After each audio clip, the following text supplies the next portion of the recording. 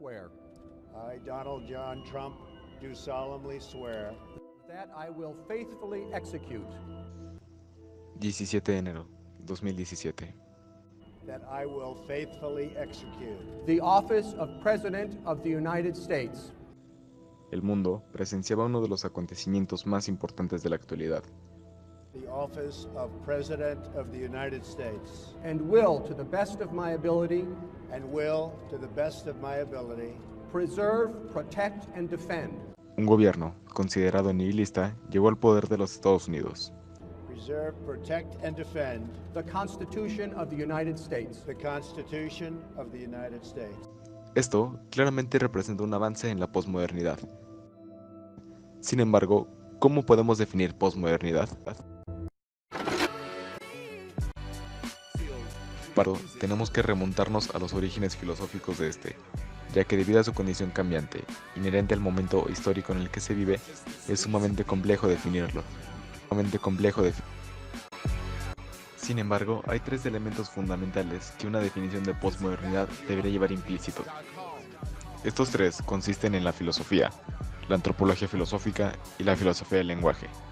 Pero para facilitar la comprensión de esta doctrina filosófica, vamos a bordearlos. Aún así, conviene retroceder aún más en el tiempo para analizar a uno de los primeros pensadores que se cuestionó la racionalidad de la modernidad. Esta teoría se basa en una de las frases más famosas conocidas por la humanidad: Dios ha muerto. Nietzsche proclama la muerte de Dios cuando el mundo es convertido en fábula y se atribuye a esta la antigua dignidad metafísica del mundo verdadero, o cuando la experiencia pierde la autenticidad y se emancipa de cualquier valor último.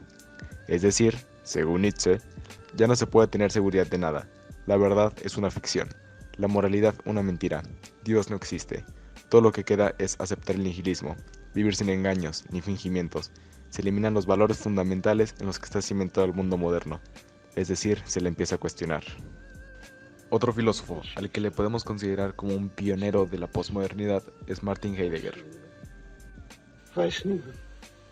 Ich habe im Jahre 1964 in einem Vortrag in Paris, den ich nicht selber gehalten habe, der Él tenía un particular interés en la naturaleza del pensamiento, además de compartir con Nietzsche un interés por la filosofía de la diferencia. Pero él va más allá y declara que el ser no es la verdad, sino el verdadero objeto de la filosofía. Esta afirmación conduce a pensar que el fin de la modernidad no significa un declive decadente ni un colapso cultural. Por el contrario, Heidegger considera que más que un final, es una oportunidad para iniciar la reconstrucción.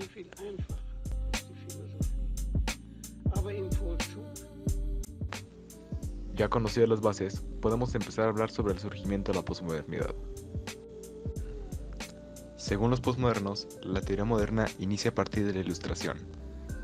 Esta se proponía conquistar el mundo en nombre de la razón, la certeza y el orden social, los cuales se asentarían sobre una nueva base económica, el capitalismo. To see what you get in exchange for your freedom. Go ahead, try it.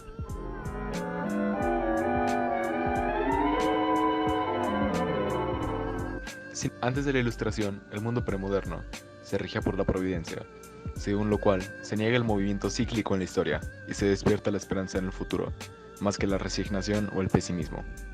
El mundo moderno trastoca esta providencia por la fe en la razón y el progreso, y más tarde en el nihilismo.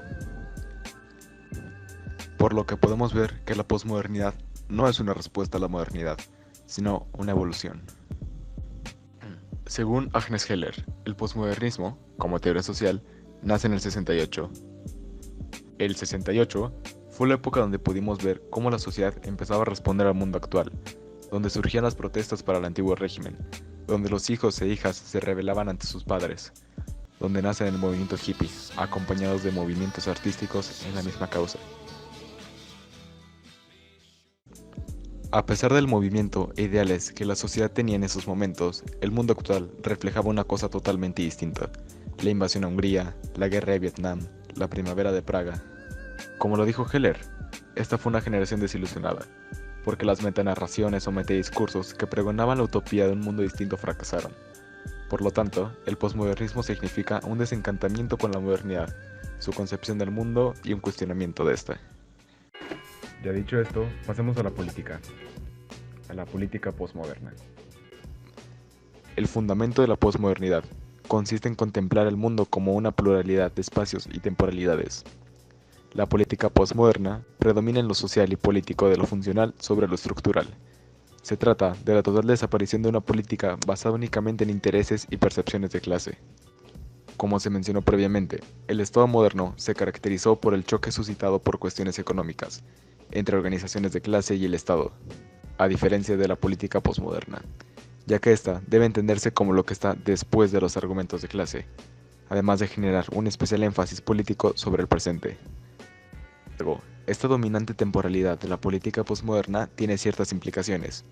Cualquier tipo de política redentora es incompatible con la condición política de la posmodernidad. Otra característica de la condición posmoderna de la política es que se lleva a cabo un reciclaje de nuevas teorías. Se recuperan todas las teorías, las sabidurías pasadas y en apariencia extintas, y todos los esfuerzos colectivos que Europa ha tratado de ocultar. Por lo que, se podría decir que la política posmoderna tiene por premisa la aceptación de la pluralidad de culturas y discursos.